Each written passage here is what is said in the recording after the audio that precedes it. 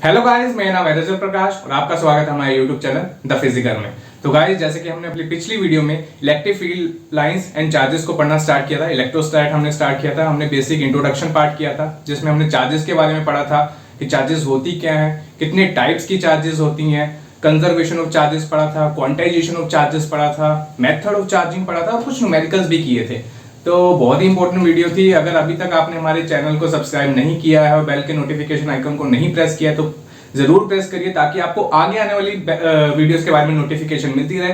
क्योंकि ऑलरेडी हमने इलेक्ट्रोस्टैट तो स्टार्ट किया है, उसके साथ साथ हमने पार्टिकल फिजिक्स, क्वांटम मैकेनिक्स और क्लासिकल मैकेनिक्स के कुछ पोर्शन भी कवर अप किए हैं। तो आपको उन सभी का लिंक डिस्क्रिप्शन बॉक्स में मिल जाएगा। और हमने टेलीग्राम ग्रुप भी बनाया है जिसमें हम सारे study material free of cost वहां पर प्रोवाइड करते हैं, चाहे वो असाइनमेंट्स हो, डीपीपी शीट्स हो या मॉक टेस्ट हो या बुक्स हो या कोई भी नोटिफिकेशन हो, उन सभी के बारे में हम आपको वहां पर सारा रिव्यू प्रोवाइड करते हैं। तो अभी तक आपने ज्वाइन नहीं किया तो प्लीज ज्वाइन कर लीजिएगा ताकि आप भी उन सभी वीडियोस का फायदा उठा सकें। तो आज की वीडियो बहुत ही इंपॉर्टेंट होने वाली है गाइस, क्योंकि आज के लिए आज हम पढ़ेंगे कि कूलम्स लॉ क्या होता है। ठीक है, उसके बारे में पूरा हम डिटेल में डिस्कस करेंगे। यूनिट हो गया, चाहे कूलम लॉ की आगे जो सुपरपोजिशन के रिलेटेड जितने भी न्यूमेरिकल्स बनते हैं उन सभी को हम डिटेल में डिस्कस करेंगे विद इंपॉर्टेंट न्यूमेरिकल्स। तो without wasting any more time, let's start the video. तो जैसे कि दोस्तों, सबसे पहले हमें ये पता होना चाहिए कि कूलम्स लॉ होता क्या है। ठीक है, तो कूलम्स लॉ की डेफिनेशन देख लेते हैं। The force of attraction or repulsion between two charged body is directly proportional to the product of charges and inversely proportional to square of distance between them। ठीक है, कहने का मतलब क्या है कि वो फोर्स ऑफ अट्रैक्शन या रिपल्शन किसके बीच में, दो चार्जेस के बीच में, वो किसके बराबर होगी। It is the product of, it is directly proportional to the product of charges, मतलब दो चार्जेस के प्रोडक्ट के बराबर होगा, डायरेक्टली प्रोपोर्शनल होगा। और इनवर्सली प्रोपोर्शनल किसके बराबर होगा दोस्तों, square of distance between them. ठीक है, मतलब उनके बीच का जो डिस्टेंस का स्क्वायर है उसके इनवर्सली प्रोपोर्शनल होगा। ओके, चलो एक एग्जांपल के तौर पे देख लेते हैं। फॉर एग्जांपल हम मान लेते हैं कि हमारे पास एक चार्ज है प्लस Q1। ठीक है, दोनों सेम चार्ज का ले सकते हैं, अगर आप नेगेटिवली चार्ज पॉजिटिवली चार्ज दोनों ले सकते हो। ठीक है, या दोनों ही नेगेटिवली चार्ज ले सकते हो, पर आपकी सिंप्लिसिटी के लिए यहां पर मैं प्लस Q1 ले रहा हूं, यहां पर प्लस Q2 चार्ज ले रहा हूं। ठीक है, दोनों प्लस साइन है, जस्ट टू डिस्टिंग्विश कि ये ये Q1 ले लिया, ये Q2 ले लिया। ठीक है, अब आपको पता है सेम चार्जेस रिपेल कर देंगे और जो ऑपोजिट चार्जेस होंगे वो अट्रैक्ट करेंगे। ठीक है, तो आप देख सकते हो यहां पर कि Q1 चार्ज के ऊपर Q2 फोर्स Q2 चार्ज जो है अपना फोर्स लगाएगा। ठीक है, तो आप देख सकते हो कि force on charge 1 due to 2 मैं किस तरह के लिख सकता हूं, F12 है ना। चार्ज Q1 के ऊपर जो फोर्स लग रहा है Q2 के कारण, वो क्या लिख सकता हूं मैं, F12 लिख सकता हूं। ठीक है, उसी तरीके से क्योंकि ये रिपेल कर रहा है दोस्तों, ये भी पॉजिटिवली चार्ज है, ये भी पॉजिटिवली चार्ज है, तो ये जो फोर्स लगा रहा है इस डायरेक्शन में लगा रहा है, तो ये जो फोर्स लग रही है दोस्तों कहां लग रही है, इस डायरेक्शन में लग रही है, लेफ्ट हैंड साइड में लग रही है। सिमिलरली ये जो Q1 चार्ज है दोस्तों, ये Q2 के ऊपर जो फोर्स लगाएगा वो क्या कहेगा, फोर्स ऑन 2 ड्यू टू 1, मतलब सेकंड चार्ज के ऊपर जो फोर्स लग रही है वो किसके कारण लग रही है, चार्ज Q1 के कारण लग रही है। ठीक है, तो हम लिख सकते हैं फोर्स ऑन 2 ड्यू टू 1। ठीक है, क्योंकि दोस्तों ये इक्वल एंड ऑपोजिट चार्जेस है, फोर्स से जो मैग्नीट्यूड है वो तो सेम ही है बट ऑपोजिट डायरेक्शन में लग रहा है दोस्तों। ठीक है, आप देख सकते हैं F12 is equal to minus of F21। ठीक है, एक फोर्स यहां पर लग रही है और दूसरी फोर्स राइट हैंड साइड में लग रही है, इक्वल एंड ऑपोजिट लग रही है दोस्तों, पर चार्जेस तो सेम ही है, पॉजिटिवली चार्ज ही तो है। ठीक है, दैट्स व्हाई इनका मैग्नीट्यूड सेम रहेगा दोस्तों। ठीक है, अब आपको डेफिनेशन के अकॉर्डिंग क्या बताया कि जो फोर्स है between the two opposite charge same charge directly proportional to product of the charges, directly proportional to product of charges. That's why हमारे पास कौन से दो चार्जेस हैं, Q1 एंड Q2। ठीक है, तो प्रोडक्ट ऑफ चार्जेस क्या हो जाएंगे, Q1 and Q2। It is inversely proportional to square of distance between them, that is इनके बीच का जो डिस्टेंस है मान लेते हैं दोस्तों वो क्या है, R है। ठीक है, इनके बीच का डिस्टेंस क्या मान लेते हैं, R है, तो inversely proportional square of distance between them. ठीक है, अगर मैं प्रोपोर्शनलिटी का साइन हटा दूं दोस्तों तो यहां पर एक कांस्टेंट आएगा जिसे हम क्या बोलते हैं, डाइलेक्ट्रिक कांस्टेंट बोलते हैं दोस्तों। क्या बोलते हैं, dielectric constant of the medium, क्योंकि ये कांस्टेंट मीडियम के ऊपर डिपेंड करता है दोस्तों, दैट्स व्हाई इसे dielectric constant of the medium कहते हैं। इसकी फर्दर जो एक्सटेंशन होती है दोस्तों किसके बराबर होती है, K is equal to 1/4 pi epsilon. ठीक है, यहां पर जो एप्सिलॉन है दोस्तों ये क्या है, एब्सोल्यूट परमिटिविटी। ठीक है, इसके कई टाइप्स होते हैं। ठीक है, आप इसको फर्दर एक्सटेंड कर सकते हैं, epsilon is equal to epsilon और एप्सिलॉन r। ठीक है, ये अब एब्सोल्यूट परमिटिविटी कहलाता है दोस्तों।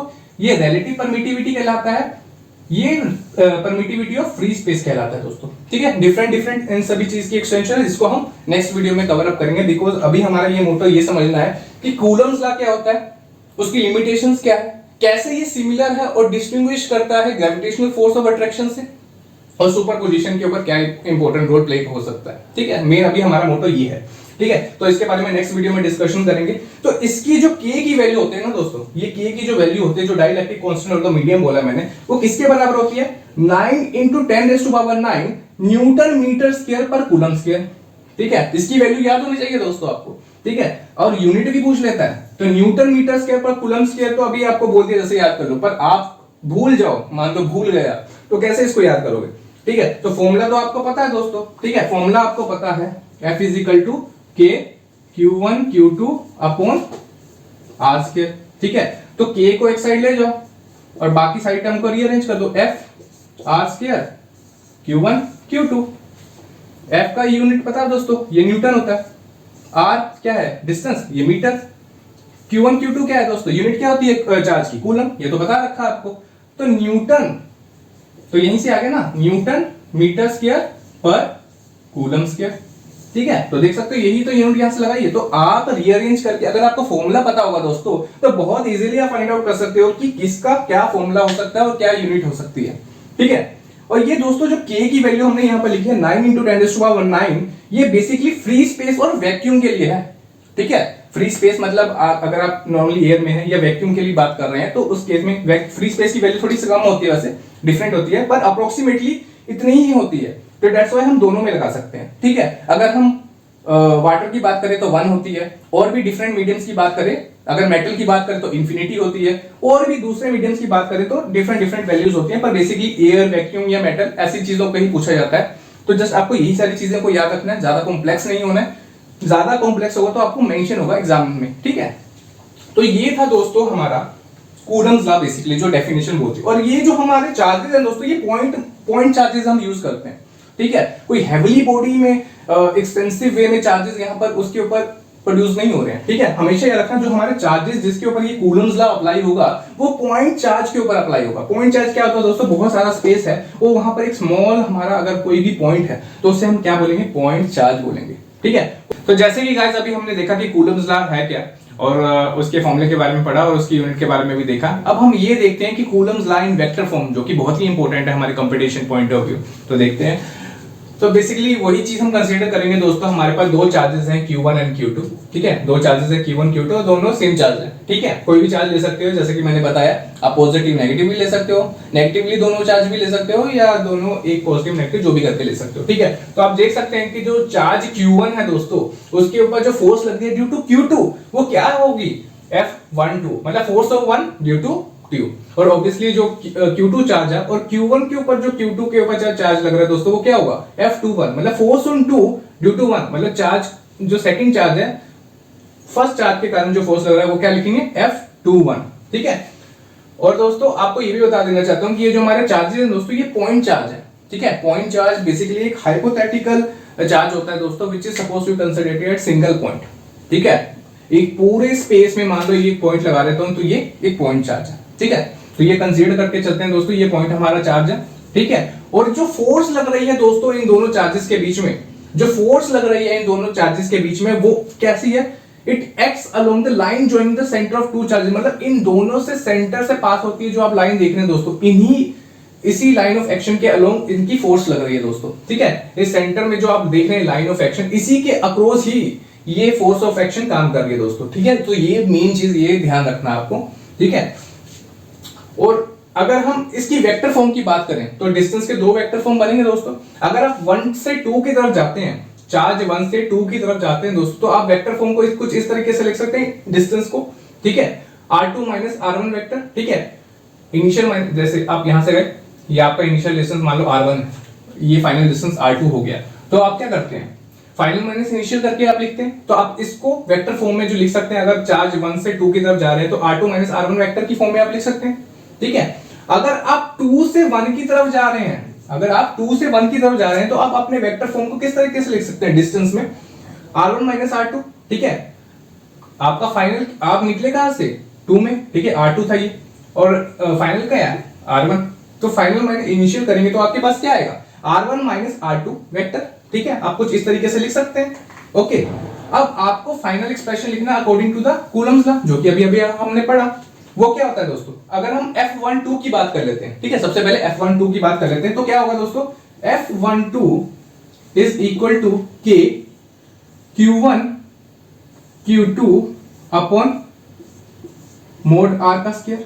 ठीक है, हमने ये डिस्टेंस मान के चला था कि हमारा मोड R है, मतलब मैग्नीट्यूड तो सेम ही है, डिस्टेंस तो सेम ही है दोस्तों। ठीक है, पर ये जो हमारी क्वांटिटी है दोस्तों, ये तो स्केलर क्वांटिटी है, पर हमें चाहिए वेक्टर क्वांटिटी में। ठीक है, जरूरी है कि हमें दोनों को बैलेंस करना है, तो right hand side is equal to left hand side होना चाहिए, मतलब एक वेक्टर है तो दूसरा भी वेक्टर होना चाहिए। ठीक है, तो आपको पता है इसको वेक्टर बनाने के लिए क्या करेंगे दोस्तों, हम इसको यूनिट वेक्टर से मल्टीप्लाई करेंगे। ठीक है, यूनिट वेक्टर आपको पता है दोस्तों, जैसे कि क्या होता है, जैसे आर कैप की बात करें, कैसे लिख सकते हैं इसको, R vector upon mod R. ठीक है, ऐसे करके लिख सकते हैं। ठीक है, क्योंकि हम F12 की बात कर रहे हैं दोस्तों, जैसे कि हम यहां की तरफ जा रहे हैं, तो यहां पर जो हमारा डिस्टेंस वेक्टर है कौन सा है दोस्तों, R1 माइनस R2 वेक्टर है ना। अगर हम F12 की बात करें, मतलब फोर्स ऑन 1 ड्यू टू 2 कौन सा है, ये वाला ही तो है दोस्तों, जो कि यहां से 2 के कारण 1 पे लग रहा है। ठीक है, तो इसने जो डिस्टेंस यहां से लिया दोस्तों, वो कौन सा होगा, R1 माइनस R2 वेक्टर ही होगा, है ना। तो यहां पर हम इसको कुछ इस तरीके से लिख सकते हैं। ठीक है, वेक्टर में है तो यहां पर हम लिखेंगे यहां पर दोस्तों R1 माइनस R2 का वेक्टर अपॉन मोड में क्या आ जाएगा दोस्तों, R1 माइनस R2 का वेक्टर आ जाएगा। ठीक है, अब ये दोस्तों जो मोड R है, ये मोड R है, ये क्या है बेसिकली, ये मोड R भी तो दोस्तों यही है, R1 माइनस R2 का वेक्टर ही तो है, या R2 vector minus R1 vector के बराबर ही तो है।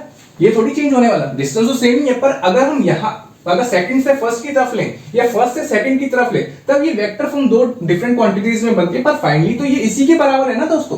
तो क्या मैं इस मोड R को लिख सकता हूं कुछ इस तरीके से, K is equal to final expression क्या आ जाएगा दोस्तों, Q1 Q2 upon mod R की जगह मैं क्या लिखूंगा दोस्तों, R1 माइनस R2।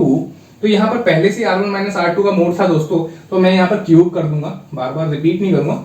तो यहां पर R1 माइनस R2 वेक्टर आ जाएगा, और ये आपका एक्सप्रेशन आ गया दोस्तों फोर्स ऑन 1 ड्यू टू 2 के लिए। ठीक है, फोर्स ऑन 1 ड्यू टू 2 के लिए आपके पास क्या एक्सप्रेशन आ जाएगा, यहाँ पे तो थोड़ा सा सही कर देते हैं। ठीक है, तो आप देख सकते हैं force on 1 due to 2 is equal to K Q1 Q2 upon R1 minus R2 का मोड का cube into R1 minus R2 vector. ठीक है, तो ये आपने कन्वर्ट कर लिया दोस्तों Coulomb's law in vector form. Similarly आप F21 भी कैलकुलेट कर सकते हैं दोस्तों, force on 2 due to 1 same आएगा दोस्तों।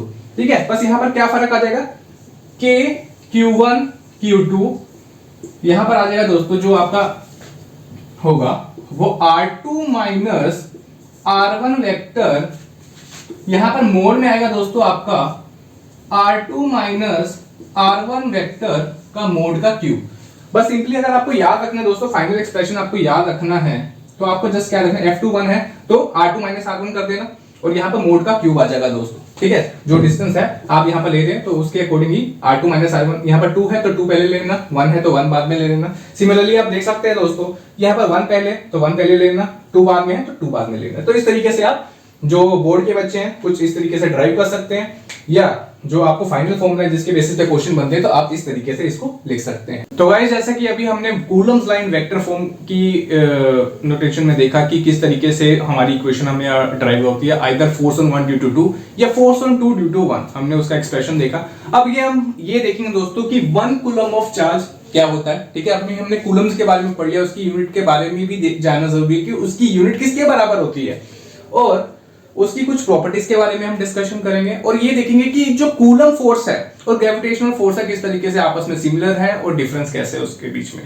ठीक है, ये सभी चीजें आपको बेसिक से पता होनी चाहिए, ताकि आपका जो कंसेप्ट है वो बिल्डअप हो सके और आगे आप सभी चीजों से लिंक अप कर सको। ठीक है, तो सबसे पहले 1 कूलम ऑफ चार्ज के बारे में डिस्कशन कर लेते हैं दोस्तों। इसकी डेफिनेशन क्या बोलती है, a coulomb is that charge, a coulomb is that charge which repels an equal charge of the same sign with the force of 9 into 10 raised to power 9 Newton when the charges are 1 meter apart in the vacuum। कहने का मतलब दोस्तों क्या है कि एक coulomb वो charge के बराबर होता है जो कि रिपेल करे एंड उसी अमाउंट ऑफ चार्ज को जो कि सेम साइन का हो with the force of 9 into 10 to the power 9 Newton when they are 1 meter apart from each other in the vacuum। ठीक है, एक कूलम वो चार्ज के बराबर होता है जो कि अपने ही जैसे चार्ज को जो कि सेम साइन का हो, ठीक है, और कितनी फोर्स उसके ऊपर लगा रहा हूं 9 into 10 to the power 9 Newton, जो जब वो एक दूसरे से 1 मीटर की दूरी पर हो, कहां पर, इन द वैक्यूम। तो उस चीज को दोस्तों क्या कहते हैं हम, 1 coulomb of charge. Is it okay? ठीक है, तो कूलम के बारे में थोड़ा सा जान लेते हैं दोस्तों। जो कूलम फोर्स होती है वो conservative, mutual and internal force होती है। ठीक है, कूलम फोर्स जो होती है दोस्तों वीक फोर्स में ही होती है, थोड़ी सी स्ट्रॉन्गर होती है एज कंपेयर टू, क्योंकि जो न्यूक्लियर फोर्स होती है इनसाइड द न्यूक्लियस होती है, कूलम फोर्स बेसिकली उससे ज्यादा स्ट्रॉन्गर होती है, बट इंटरनल फोर्सेस में ही वो काउंट आउट होती है। ठीक है, तो coulomb force is the conservative, mutual and internal force. Okay, the value of epsilon not, ठीक है, the value of epsilon not जिसके बारे में हमने बोला था कि ये परमिटिविटी ऑफ फ्री स्पेस के बारे में हमने बोला था, उसकी जो वैल्यू होती है दोस्तों किसके बराबर होती है, 8.852 into 10⁻⁻19 न्यूटन मीटर स्क्वायर पर कूलम स्क्वायर। इसकी यूनिट का डिस्कशन तो कर ही चुके हैं, ठीक है, आपने देख ही लिया। ओके, तो जैसे कि हमने के की सिंपल वैल्यू लिख ली थी दोस्तों 9 into 10⁻9 न्यूटन मीटर स्क्वायर पर कूलम स्क्वायर। ठीक है, ये हमने सिंपली उन सारी चीजों को मल्टीप्लाई करके जो कि आपके पास था k = 1/4 पाई एप्सिलॉन। ठीक है, इसकी वैल्यू आती है टोटल इसके बराबर। अगर आप खाली एप्सिलॉन की बात करते हैं दोस्तों, जिसको एप्सिलॉन नॉट एप्सिलॉन r की फॉर्म में भी तोड़ते हैं, ठीक है, तो एप्सिलॉन नॉट जो कि हमने बोला permittivity of the free space, उसकी जो वैल्यू होती है दोस्तों ये होती है 8.852 into 10⁻⁻19। ठीक है, यूनिट तो सेम ही रहेगी दोस्तों, न्यूटन मीटर स्क्वायर पर कूलम स्क्वायर, और इसको आप इस फॉर्म में भी लिख सकते हो 8.86 into 10⁻12 फोर्स पर मीटर स्क्वायर पर मीटर। ओके, इसके बारे में जो नेक्स्ट टॉपिक है दोस्तों, it is true only for the static charges only. ठीक है, सबसे इंपॉर्टेंट बात आपको जो जानना जरूरी है दोस्तों, जो ये जो कूलम फोर्स है दोस्तों वो हमारी स्टैटिक चार्जेस के लिए ही रिस्पॉन्सिबल है। ठीक है, मान लेते हैं कि दोनों चार्जेस, मान लो ये Q1 है, ये Q2 है, ठीक है, ये इसके ऊपर फोर्स लगा रहा है, दोनों अगर स्टेशनरी है, अगर फिक्स्ड है, ठीक है, तभी कूलम फोर्स एक दूसरे के ऊपर लग सकती है। या ये Q1 फिक्स है, Q2 मूव कर रहा है, Q2 मूव कर रहा है, कहीं यहां पर है, कहीं यहां पर है, तो इसके ऊपर भी फोर्स रिस्पॉन्सिबल हो सकती है, कूलम फोर्स लग सकता है। पर अगर दोनों ही चार्जेस मोशन में हैं, तब कूलम फोर्स नहीं लग सकता दोस्तों। ठीक है, ये बात का ध्यान रखना कि स्टैटिक चार्जेस के ऊपर ही हमारा ये कूलम फोर्स लग पाता है। आइदर एक दोनों में से एक तो स्टैटिक होना ही चाहिए दोस्तों, अगर दोनों ही मोशन में होंगे तब कूलम फोर्स नहीं लग पाएगी। Is it okay? अब सिमिलैरिटी क्या है दोस्तों, जो हमारी ग्रेविटेशनल फोर्स है, इलेक्ट्रोस्टैटिक फोर्स है, दोनों में जो सिमिलैरिटी क्या है, एक तो दोनों बात है दोस्तों इनवर्स स्केल लॉ को फॉलो करते हैं, ऑब्वियसली बात है। अगर आपने ग्रेविटेशन भी पढ़ा होगा दोस्तों, दोनों सेम ही है, वहां पर मासेस आ जाते हैं, यहाँ पर चार्जेस आते हैं, तो वहां पर क्या था G m1m2/r²। आप देख सकते हैं इनवर्सली प्रोपोर्शनल टू r², तो ये इनवर्स स्केल लॉ यहाँ पर भी था और कूलम्स लॉ में भी 1/r² आ जाता है। ठीक है, तो यहाँ पर आप देख सकते हैं इनवर्स स्केल लॉ को फॉलो करते हैं। दूसरी बात क्या है दोस्तों, they both acts along the line joining the centre. ठीक है, जो दोनों फोर्सेस होती है, सेंटर के अलोंग जो लाइन होती है उसी के अलोंग ही वो फोर्स लगती है, चाहे वो ग्रेविटेशनल फोर्स हो चाहे वो कूलम फोर्स हो। ओके, अगर हम डिफरेंस की बात करें दोस्तों, तो जो हमारी इलेक्ट्रोस्टैटिक फोर्स होती है, आइदर वो रिपल्सिव भी हो सकती है या अट्रैक्टिव भी हो सकती है ना। जैसे कि अगर दो चार्जेस हो जो सेम हो, आइदर पॉजिटिव पॉजिटिव हो आइदर नेगेटिव नेगेटिव हो, तो वो रिपेल करेंगे। अगर उनमें से एक भी पॉजिटिव हो गया, मतलब दोनों ऑपोजिट साइड के होंगे, तो एक अट्रैक्ट करेगा, तो रिपल्सिव भी हो सकता है, अट्रैक्टिव भी हो सकता है। पर जो ग्रेविटेशनल फोर्स होती है दोस्तों, वो weakest force in the fundamental forces में से एक है, और ये ऑलवेज अट्रैक्टिव इन नेचर ही होती है ना। अगर जीरो ग्रेविटी की बात करें तब तो आप हवा में ही तैरते रहेंगे, पर अगर आप अर्थ की बात करें जिसमें कुछ ग्रेविटी, या किसी भी प्लेनेट की बात करें जिसमें कुछ ग्रेविटी हो, तब तो आप नीचे ही गिरेंगे। अट्रैक्ट कर रही है आपको दो मासेस, एक मास को अर्थ हो गया, एक मास आपका बॉडी हो गया, जो अट्रैक्ट कर रहा है एक दूसरे को, है ना।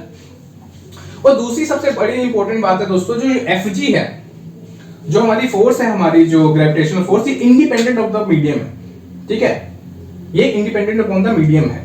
जो ग्रेविटेशनल कांस्टेंट है हमारा G, जो ग्रेविटेशनल कांस्टेंट है हमारा G दोस्तों, ठीक है, वो इंडिपेंडेंट अपॉन द मीडियम है। पर जो हमारा जो डाइलेक्ट्रिक कांस्टेंट था ऑफ द मीडियम, वो मीडियम के ऊपर डिपेंड करता है ना। जैसे कि हमने बताया कि वैक्यूम और एयर में हमारी वैल्यू क्या होती है 9 × 10⁻⁹ न्यूटन मीटर स्क्वायर पर कूलम। अगर वाटर की बात करें तो 1 होता है, अगर मेटेलिक बॉडी की बात करें तो इनफाइनाइट होता है। पर ग्रेविटेशनल जो कांस्टेंट होता है दोस्तों वो तो यूनिवर्सल है, वो तो चेंज नहीं होगा, चाहे अब स्पेस की बात करो, चाहे यहाँ पर अर्थ की बात करो, हर जगह हमारे ग्रेविटेशनल कांस्टेंट तो सेम ही रहेगा। ठीक है, तो यही हमारा जो सिमिलरिटी था और जो डिफरेंस था हमारा ग्रेविटेशनल फोर्स में और इलेक्ट्रोस्टैटिक फोर्स में। फॉर्मूला लगभग सेम है, पर यहाँ पर चार्जेस की बात होती है कूलम्स लॉ में और ग्रेविटेशनल फोर्स में मासेस की बात होती है। तो गाइस जैसे कि हमने देखा कि कूलम चार्ज क्या होता है और ग्रेविटेशनल फोर्स और इलेक्ट्रोस्टैटिक फोर्स में क्या सिमिलरिटीज होती हैं, क्या डिफरेंसेस होती हैं। अब उसके रिगार्डिंग कुछ एक न्यूमेरिकल भी देख लेते हैं ताकि आपके कॉन्सेप्ट भी पक्के हो जाए। ठीक है, तो न्यूमेरिकल क्या है दोस्तों, a charge q is divided into two parts such that when these two parts are kept at some separation then Fe जो electrostatic force between them is maximum. Find the charge on each part. ठीक है, उसने क्या बोला दोस्तों, मैं थोड़ा easy बता देता हूं कि हमारे पास एक चार्ज q है दोस्तों, मान लीजिए एक चार्ज q है, उसको डिवाइड किया है दो पार्ट्स में। ठीक है, और उस पार्ट को हमने इस तरीके से रखा है कि हमारा जो इलेक्ट्रोस्टैटिक फोर्स ऑफ अट्रैक्शन है वो मैक्सिमम हो। तो उसने बोला है कि भैया हर पार्ट में कितना चार्ज होगा, कितना चार्ज आपने तोड़ा जो कि एक फिक्स्ड डिस्टेंस में रखा ताकि हमारा जो इलेक्ट्रोस्टैटिक फोर्स ऑफ अट्रैक्शन है वो मैक्सिमम हो। ठीक है, तो जैसे कि हमारी परंपरा रहती है मैथमेटिक्स में, किसी भी चीज को फाइंड करना हो तो x कंसीडर कर लेते हैं। सर x क्यों ही कंसीडर किया, मैं तो उससे दूर भागना चाहता था, पर यहाँ पर हमारी अट्रैक्टिव फोर्स हम लेके आएंगे दोस्तों, तो आपको नजदीक आना है, भागना नहीं है। ठीक है, तो यहाँ पर आप मान लेते हैं कि एक चार्ज है जो कि है x। ठीक है, सर x मत बोलो, ठीक है, तो मैं q - x दूसरा ले लेता हूं दोस्तों ताकि आपका दर्द हल्का हो सके। ठीक है, तो मान लेते हैं एक फिक्स डिस्टेंस में r में है, एक चार्ज को सपोज कर लिया कि वो x है और दूसरे को मान लिया कि वो q - x है। डिस्टेंस दोनों के बीच में फिक्स है। हमें पता करना है कि मैक्सिमम इलेक्ट्रोस्टैटिक फोर्स कितनी हो सकती है जब हम इन दोनों को इक्वल पार्ट्स में मतलब दो पार्ट्स में डिवाइड करेंगे किसी फिक्स डिस्टेंस में। अब हमने मैक्सिमम फोर्स पता करना है दोस्तों।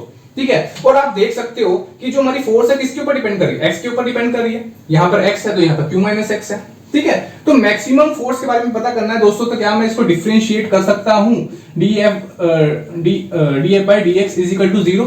ठीक है, अगर आपको पता है, मान लो कि आपके पास कोई y है, ठीक है, कोई भी एक वैल्यू है जो कि x वेरिएबल के ऊपर डिपेंड करता है, तो अगर आपने इसकी मैक्सिमम वैल्यू फाइंड आउट करनी है दोस्तों, आप क्या करते थे मैथमेटिक्स में, dy/dx = 0 कर देते थे, है ना।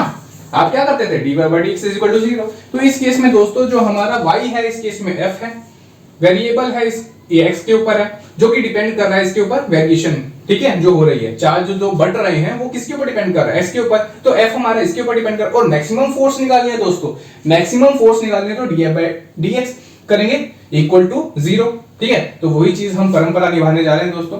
तो जैसे कि हमारी फोर्स आपको पता है, कूलम फोर्स हम लगाएंगे दोस्तों K Q1 Q2 upon r²। तो Q1 है दोस्तों ये, Q2 है हमारा दोस्तों ये, और r² हमारा, तो डिस्टेंस तो हमारा फिक्स था तो r² लिख दिया हमने।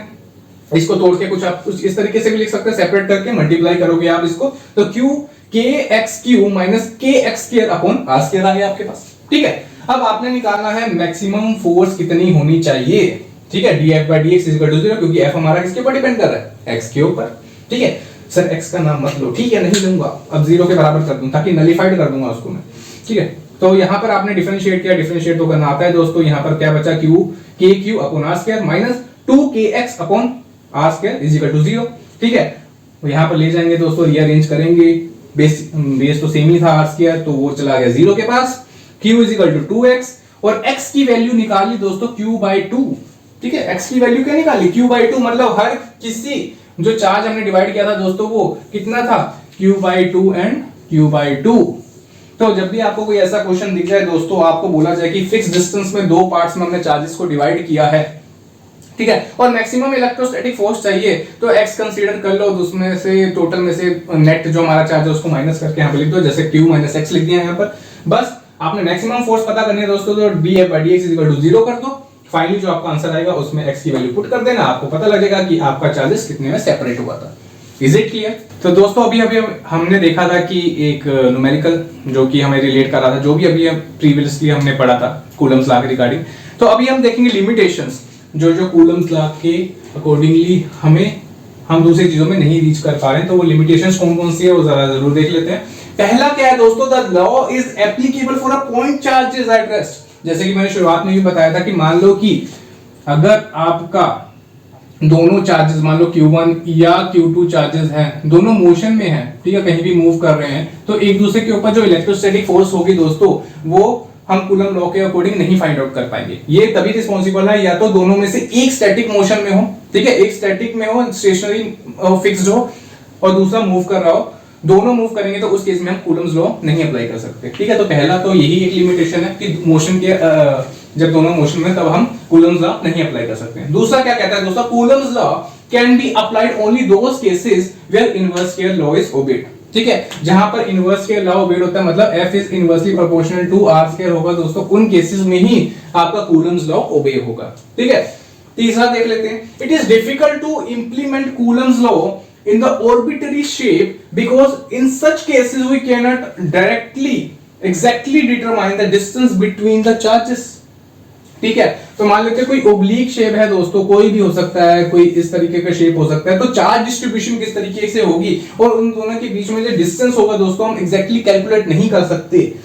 दैट्स व्हाई वो भी एक केस हो सकता है। पर जब हम कंटिन्यूस चार्ज डिस्ट्रीब्यूशन पढ़ेंगे तो उस केसेस में हम इसका एक्सटेंशन होगा, वो उस चीज में हम डिस्कस करेंगे। पर कूलम लॉ डायरेक्टली नहीं अप्लाई कर सकते, एग्जैक्टली हम डिटरमाइन नहीं कर सकते क्या है distance in between the to arbitrary bodies. तो ये भी एक लिमिटेशन है दोस्तों, जो कि हम कंटिन्यूस चार्ज डिस्ट्रीब्यूशन में पढ़ेंगे, जो कि लाइन चार्ज होता है, एक सर्कुलर चार्ज होता है ना, आपने पढ़ा होगा। तो वो सभी चीजों में हम उसको डिस्कस करेंगे। और चौथा दोस्तों जो है वो है the law can not be used directly to calculate the charge on the big planets, ठीक है। जैसे कि मैंने बोला दोस्तों, जो हम यूज करते हैं वो पॉइंट चार्ज यूज करते हैं, ठीक है। हेमली बॉडीज के लिए जो अगर चार्ज कैलकुलेट करना है तो हम कूलम्स लॉ को यूज नहीं कर सकते, इसलिए हम पॉइंट चार्ज को यूज करते हैं जिसका पॉइंट मास होता है, ठीक है। तो ये सारी हमारी जो लिमिटेशंस है दोस्तों जो कूलम्स लॉ की हैं, जो इंप्लीमेंट नहीं कर सकते इन द एक्सटेंशन केसेस में, ओके। अब दोस्तों हम ये देखेंगे कि प्रिंसिपल ऑफ सुपरपोजिशन क्या होता है, जो कि हमारा जो हमने बेस बिल्डअप किया कूलम्स लॉ से, अब यहां पर इंप्लीमेंट करने की कोशिश करेंगे। चलो स्टेटमेंट पढ़ लेते हैं।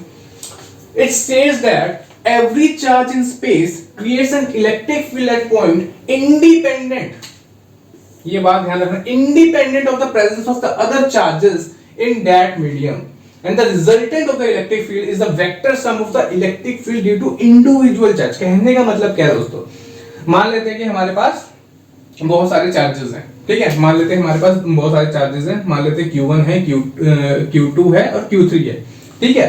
तो हर कोई जो भी एक पॉइंट पे जो चार्ज प्लेस है दोस्तों, उसकी अपनी ही एक इलेक्ट्रिक फील्ड प्रोड्यूस हो रही होगी, ठीक है।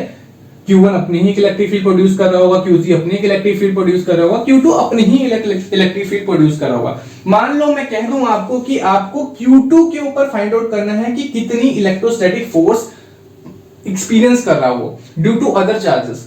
तो यहां पर Q1 भी है, यहां पर Q3 भी है, तो Q1 भी इसके ऊपर फोर्स अप्लाई कर रहा होगा, Q3 भी इसके ऊपर फोर्स अप्लाइड कर रहा होगा, ठीक है।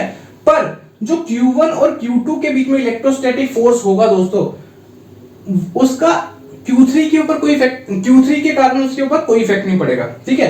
ये जो Q1 हमारा Q2 के ऊपर फोर्स लगा रहा है, उसका दूसरे जो चार्जेस हैं उसकी फोर्स का इन दोनों के फोर्स के ऊपर कोई इफेक्ट नहीं पड़ेगा, वो इंडिपेंडेंट है, यही बोलना चाह रहा है ये stator. Every charge in space, चाहे जितने भी चार्जेस हमारे स्पेस में हो, हर किसी की अपनी एक इलेक्ट्रिक फील्ड है, और जिसके ऊपर फाइंड आउट करना है उन दोनों के बीच वो जो इलेक्ट्रिक फील्ड है वो तो सेम ही रहेगी, जो फोर्स एक्सपीरियंस रहेगी वो तो सेम रहेगी, पर वो इंडिपेंडेंट है upon the presence of the other charges. दूसरे चार्जेस के कारण जो इंफ्लुएंस होगा इन दोनों के ऊपर नहीं पड़ेगा, इसका अपना जरूर इंफ्लुएंस पड़ेगा Q2 के ऊपर, बट Q1 के ऊपर वो नहीं डाल सकता, ठीक है। तो जो रिजल्टेंट होता है ना दोस्तों इलेक्ट्रिक फील्ड, जो बहुत सारे हमारे चार्जेस होंगे, अगर हमने रिजल्टेंट इलेक्ट्रिक फील्ड लिखना है which is equal to the vector sum of the electric field due to individual space. हर किसी का जो इलेक्ट्रिक फील्ड जो एक्सपीरियंस हो रहा होगा, इलेक्ट्रोस्टैटिक फोर्स जो एक्सपीरियंस हो रहा होगा Q2 के ऊपर, अगर उसका वेक्टर सम कर दे तो हम total net force find out कर सकते हैं कि कितना वो फोर्स एक्सपीरियंस कर रहा होगा due to all the individual charges which is present in that medium, ठीक है। तो वही चीज है, अगर मान लो कि आपके पास दो चार्जेस हैं, Q2 के ऊपर आपने एक्सपीरियंस करना है, यहाँ पर दो एक ही चार्ज है, तो फोर्स ऑन Q क्या होगा, due to force on Q due to 1।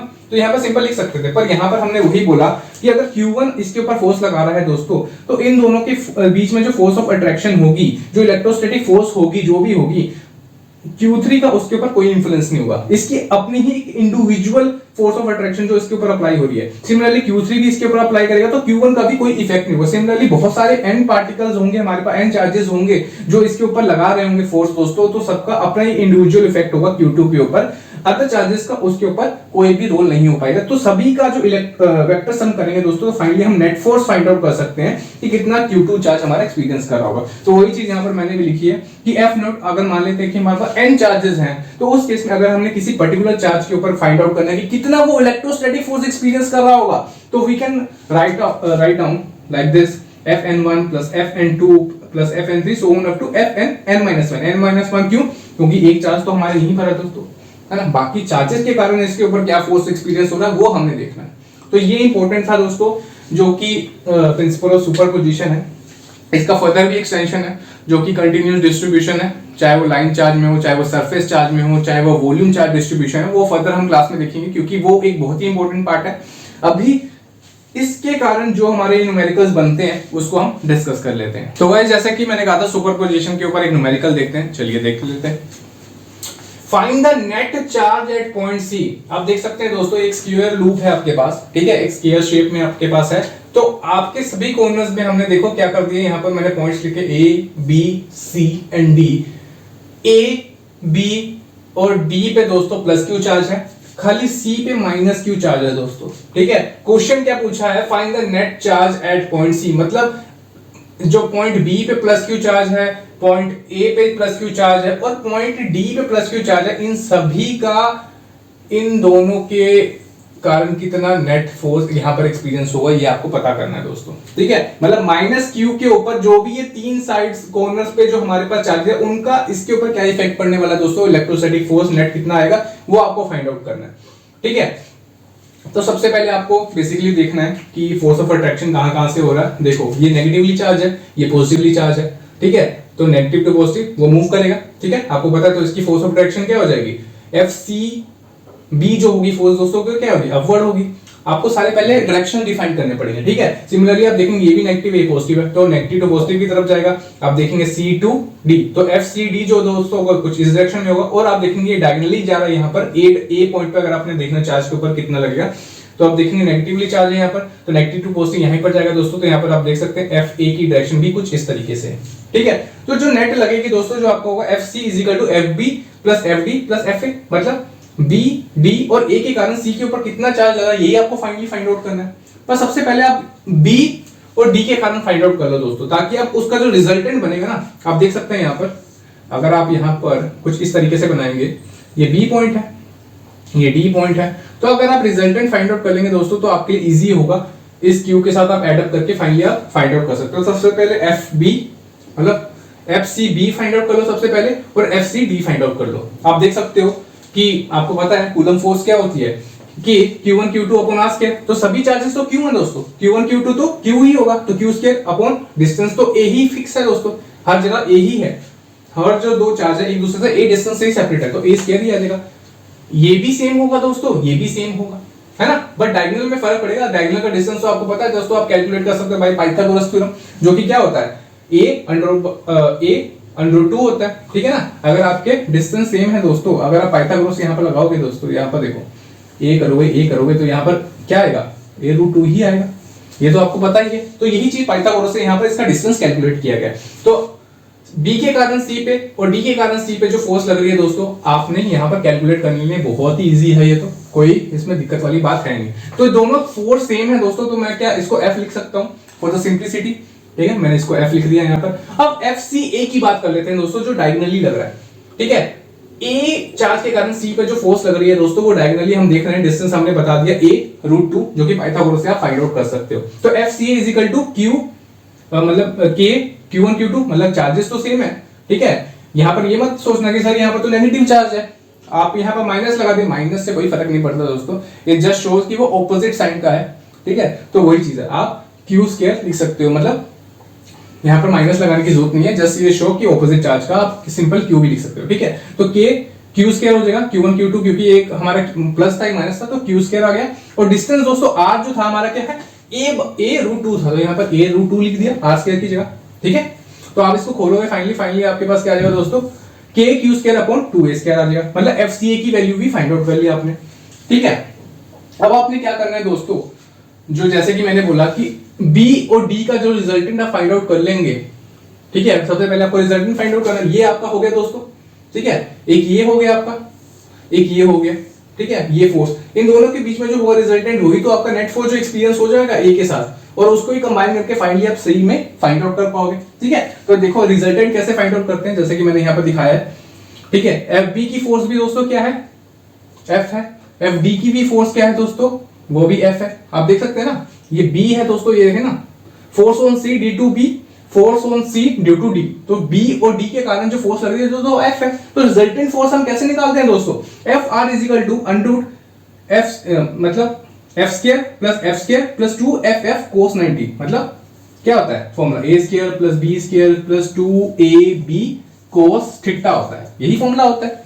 तो A दोस्तों यहाँ पर जो हमारा फोर्स है ड्यू टू B, यहाँ पर B है जो ये D के कारण हो रहा है, और दोनों का प्रोडक्ट करेंगे जो कि सेम ही है दोस्तों, FF तभी हम लिख रहे हैं, कंफ्यूज मत होना, क्योंकि theta is equal to 90 degree क्यों है दोस्तों, क्योंकि स्क्वायर में तो आपको पता है एंगल क्या होता है, 90 डिग्री होता है ना, ये तो आपको पता ही होगा। तो cos 90 0 होता है दोस्तों, दैट्स व्हाई हमारा ये वाला टर्म उड़ जाएगा। ठीक है, तो बचा क्या हमारे पास, F square plus F square 2F square. ठीक है, और इसको खोलेंगे दोस्तों तो क्या आ जाएगा, F अंडर रूट 2 आ जाएगा। तो मतलब रिजल्टेंट फोर्स जो लग रही है डायगोनली जो फोर्स लग रही है दोस्तों कौन सी है, F रूट 2 है। ठीक है, तो फाइनली हमने जो नेट एक्सपीरियंस करना है force due to C point पे due to other charges, FB और FD का जो रिजल्टेंट होगा फोर्स वही एक्सपीरियंस हो रहा होगा जो कि अभी हमने फाइंड आउट किया, F रूट 2। तो F रूट 2 यहां पर लिख दिया, और force on C due to A जो कि FA है वो तो हमने कैलकुलेट किया था ना दोस्तों, force on C due to A क्या है, k Q square upon 2a square, k Q square upon 2a square यहां पर आप पुट कर दो। ठीक है, यह F की वैल्यू तो आपको पता ही है जो आपने निकाली थी, क्या है, क्यू के स्क्वायर अपॉन a स्क्वायर।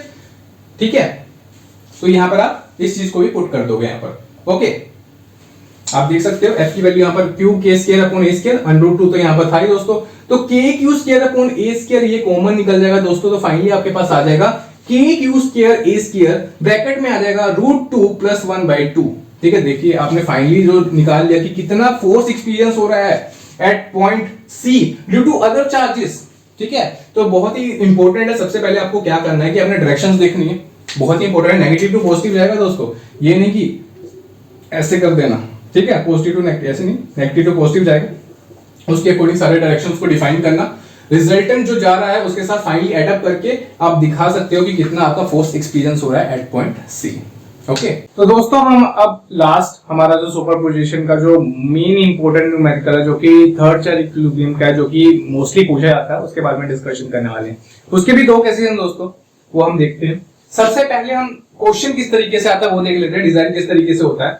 हमारे पास कोई भी दो चार्जेस गिवन हो सकते हैं। ठीक है, मान लो कि पहला केस जो हम पॉजिटिवली चार्ज वाला ले रहे हैं, ठीक है, कि कंसीडर कर लेते हैं कि हमारे पास दो पॉजिटिवली चार्ज है, प्लस क्यू है, एक प्लस 4q है, मतलब दो चार्जेस जो हम ले रहे हैं बिल्कुल सेम चार्ज के, इधर वो पॉजिटिव भी हो सकते हैं और नेगेटिव भी हो सकते हैं, बस सेम चार्ज होना चाहिए।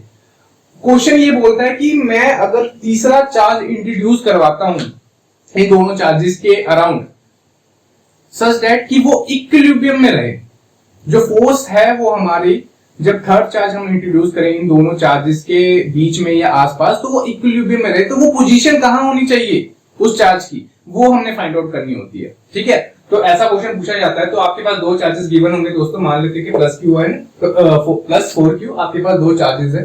ठीक है, दोनों पॉजिटिवली हैं, आइदर नेगेटिव भी हो सकते हैं। ठीक है, पर सेम चार्जेस होने चाहिए। मान लेते हैं कि हमारे पास एक टेस्ट चार्ज है, कैपिटल Q, हम मान लेते हैं टेस्ट चार्ज है।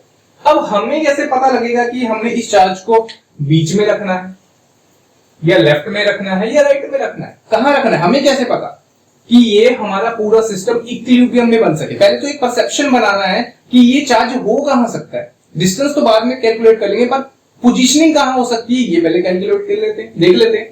ठीक है, तो सपोज कर लो आप कि मान लेते हैं कि मैंने आउटसाइड रख दिया। ठीक है, मान लो कि मैंने ये टेस्ट चार्ज यहां पर आउटसाइड में रख दिया, तो इन दोनों चार्जेस के कारण इसके ऊपर फोर्स जो एक्सपीरियंस होती है वो भी देख लेते हैं, क्योंकि मेन कंडीशन आपको याद रखनी है दोस्तों कि आपका जो एफ नेट है वो 0 के बराबर होना चाहिए, मतलब इक्विलिब्रियम अचीव होना चाहिए। अगर दोनों फोर्सेस इक्वल एंड ऑपोजिट होंगी तभी तो नेट फोर्स 0 होगा, है ना। तो आप देखो ये प्लस चार्ज के कारण ये भी पॉजिटिवली चार्ज है, तो ये भी इस डायरेक्शन में एक्सपीरियंस कर रहा होगा ड्यू टू प्लस 4q, ठीक है। और पॉजिटिव चार्ज के कारण ये भी इसी डायरेक्शन में फोर्स कर रहा होगा, तो रिजल्टेंट फोर्स तो हमारा जीरो नहीं होगा, ये तो डैम श्योर है। तो मैं यहां तो नहीं रख सकता। सिमिलरली मैं यहां पर भी रखूंगा दोस्तों अगर प्लस q चार्ज को, तो same plus q charge plus 4q यहीं पर इसको पुश करेगा, repulsive force plus q charge भी यहीं पर इसी डायरेक्शन में होगा, तो रिजल्टेंट फोर्स भी हमारी जीरो नहीं होगी उस केस में दोस्तों, ठीक है। तो ये भी केस पॉसिबल नहीं है, ठीक है। तो अगर मैं बीच में रखता हूं उस चार्ज को, अगर मैं बीच में रखता हूं उस चार्ज को, तब जाके वो भले ही वो रिजल्टेंट उसका जीरो हो सकता है। कैसे? क्योंकि यहां पर देखो प्लस q चार्ज, ठीक है, और ये भी प्लस रिपल्सिव इस डायरेक्शन में, जो ये फर्स्ट पोजीशन में जो है चार्ज प्लस q, उसको जो रिपल्सिव फोर्स देगा इस डायरेक्शन में देगा राइट हैंड साइड में, और प्लस 4q के चार्ज जो टेस्ट चार्ज एक्सपीरियंस करेगा जो इस डायरेक्शन में, तो इक्वल एंड ऑपोजिट डायरेक्शन में लग रहा है दोस्तों, ठीक है।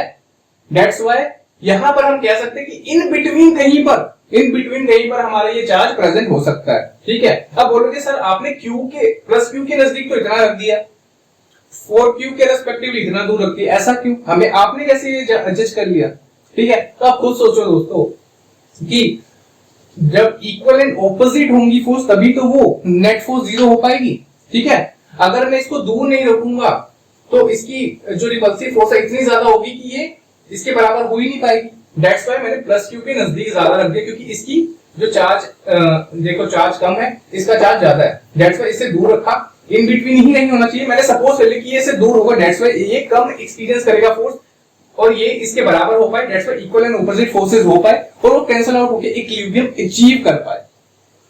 Is it clear? ठीक है। तो मैं सपोज कर लेता हूं in between near the plus q वो हमारा चार्ज हो सकता है, ठीक है। तो मैंने यहां पर रख दिया। अब मान लेते हैं कि टोटल जो डिस्टेंस है वो l है दोनों चार्जेस के बीच में, और मान लेते सपोज कर लेते हैं कि अगर q से अगर इसका डिस्टेंस x है तो नेट क्या डिस्टेंस होगा l माइनस x, ऑब्वियस सी बात है। अगर f नेट जीरो करना है मतलब इक्विलिब्रियम अचीव करना है तो उस केस में क्या होगा, f1 minus f2 equal to zero ही होगा, है ना। तो नेट फोर्स हमारा जीरो होगा, तो मतलब अगर मैं इधर ले जाऊंगा तो यही बन जाएगा दोस्तों, है ना। तो आपको पता है दोस्तों दो चार्जेस हैं, कूलम्स लॉ लगा दो फट से। अगर प्लस q का q के ऊपर लगाना है तो k small q capital Q upon x square, क्योंकि डिस्टेंस क्या है x, ठीक है। अगर सिमिलरली प्लस 4q का कैपिटल Q के ऊपर निकालना है तो ये l माइनस x डिस्टेंस है, यहां पुट कर दो, बाकी सारी चीज तो सेम रहेगी। q1 ये हो गया, q2 q है upon l minus x square. इसको सोल्व करोगे दोस्तों तो आपके पास क्या आ जाएगा, l minus x upon x is equal two plus minus 2, ठीक है। अगर आप इसको रीअरेंज करते हो k से k कट जाएगा, q से q कट जाएगा, है ना, ओके, कैपिटल Q से ये कट जाएगा, तो फाइनली आपके पास कुछ इस तरीके से आएगा। ओके, इसको फर्दर एक्सपेंड करोगे तो प्लस माइनस 2 यहां पर आ गया। अब इसको दो केसेस के लिए सोल्व करना पड़ेगा। अब l minus x upon x is equal to 2 और l minus x upon x is equal to minus 2 के लिए, तो यहां पर इसको सोल्व करोगे दोस्तों तो x की वैल्यू क्या आ जाएगी, l/3, और यहां पर x की वैल्यू माइनस l आएगी। तो माइनस वाली टर्म तो दोस्तों यहां पर डिस्टेंस हमारा नेगेटिव में तो नहीं हो सकता, तो ये तो हम निग्लेक्ट कर देंगे। तो फाइनली जो x की वैल्यू आई दोस्तों l/3 आई। तो यहाँ पर आपको डिस्टेंस पता लग गया कि q से अगर डिस्टेंस में l/3 रखूं, अगर स्मॉल q से डिस्टेंस l/3 रखूं और 4q से जो डिस्टेंस है तो यहाँ पर क्या है दोस्तों l माइनस x है, तो x की वैल्यू क्या आनी चाहिए दोस्तों l/3। तो यहाँ पर 2l/3 की डिस्टेंस में मैं 4q से रखूं तब जाके मेरा सिस्टम इक्विलिब्रियम में आ जाएगा दोस्तों, अगर मैं कोई new charge capital Q insert करूंगा in between the charges. Is it clear? इसके लिए सिंपल ट्रिक भी है दोस्तों, अगर सेम चार्जेस हो तभी, अगर प्लस प्लस हो माइनस माइनस हो, सेम चार्जेस के लिए ही ये ट्रिक अप्लाई हो सकती है। सिंपल आपको क्या करना है, ये फॉर्मूला लगाना है, x is equal to root q1 upon q2 root plus q1 root is equal multiply कर देना l से। आप चेक भी कर सकते हैं इसको, ठीक है। q1 आपका क्या है दोस्तों, यहाँ पर आप चेक कर लो, q1 क्या है, q है, ठीक है, रूट q, और q2 क्या आपके पास 4q प्लस q, और ये मल्टीप्लाई करेंगे ऐसे, तो ये क्या बन जाएगा दोस्तों,